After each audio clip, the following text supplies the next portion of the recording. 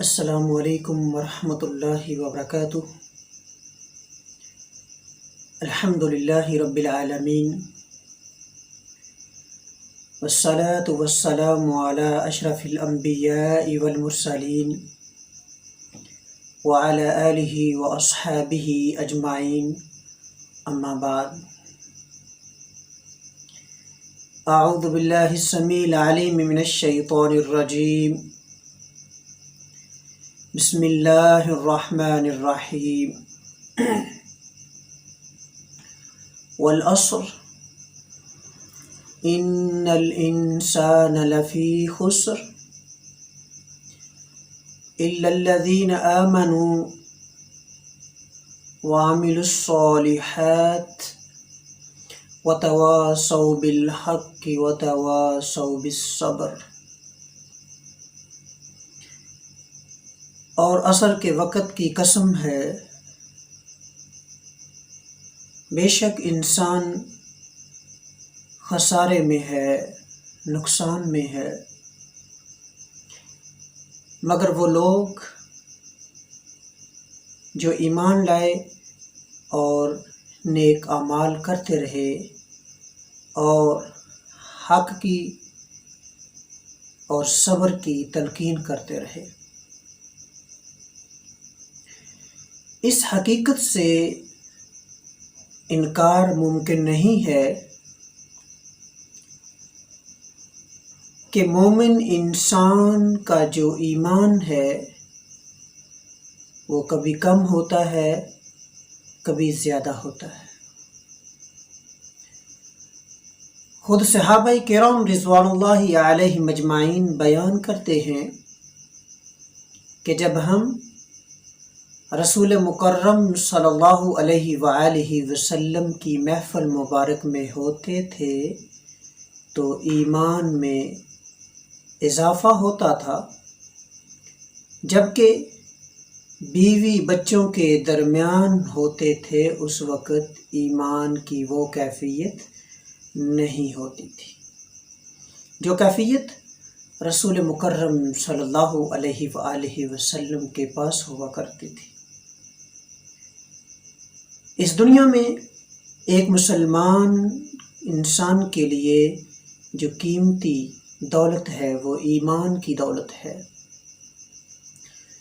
اور اسی کی حفاظت کے لیے، ایمان کی حفاظت کے لیے، ایمان کے بچاؤ کے لیے ہجرت تک کو بھی مشروع قرار دیا گیا ہے۔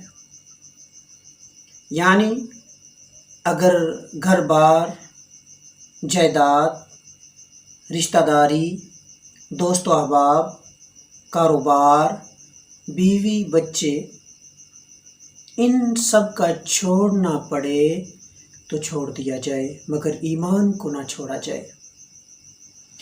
نبی کریم صلی اللہ علیہ وآلہ وسلم نے اور صحابہ کرام رضوان اللہ علیہم اجمعین نے اسی بنیاد پر ہجرت کی تھی۔ اور آج کے اس پرفتن دور میں، اس پرفتن دنیا میں ایمان پر اثر انداز ہونے والی اشیاء بہت زیادہ ہیں۔ نبی اکرم صلی اللہ علیہ وآلہ وسلم نے ارشاد فرمایا، ما من القلوب قلب الا وله سحابة كسحابة القمر بين القمر مضيء إذ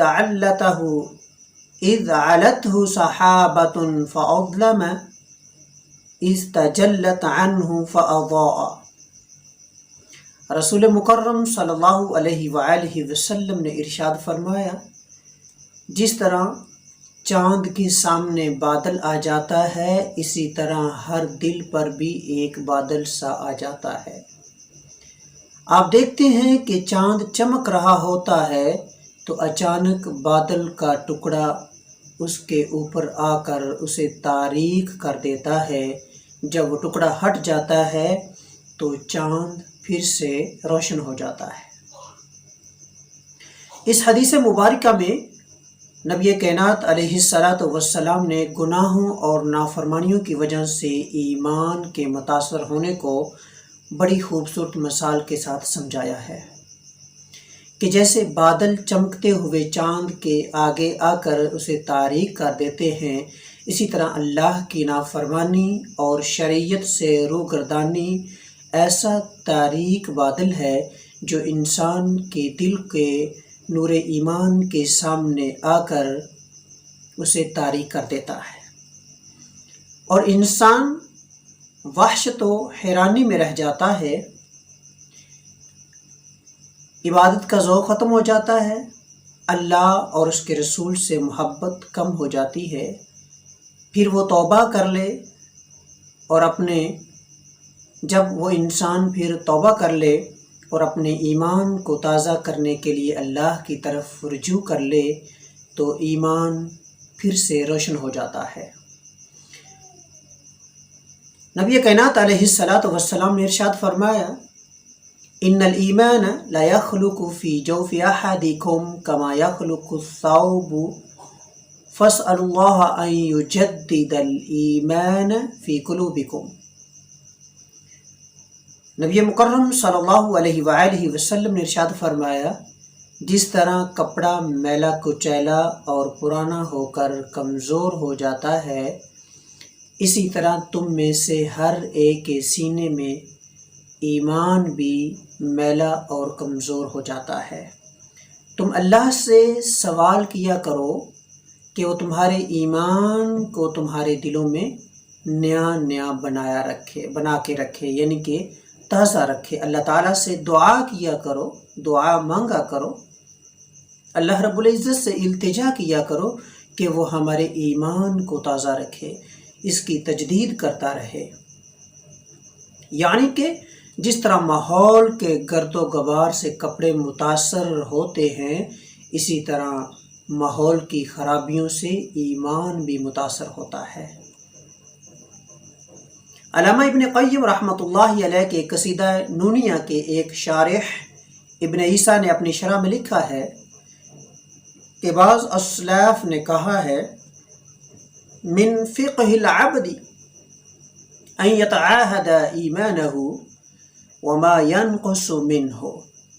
انسان کے سمجھدار ہونے کی یہ بھی ایک دلیل ہے کہ وہ اپنے ایمان کی نگرانی کرتا ہے اور اس میں نقص و کمی آنے سے اس کا خیال رکھتا ہے۔ اور یہ ایک حقیقت ہے کہ جب ایمان ایک نہایت قیمتی دولت ہے تو اس کا خیال رکھنا بھی اہم ترین معاملہ ہے۔ اللہ رب العزت ہمیں اپنے ایمان کی حفاظت کرنے کی توفیق عطا فرمائے۔ وما علیہ الا البلاغ المبین۔ السلام علیکم ورحمۃ اللہ وبرکاتہ۔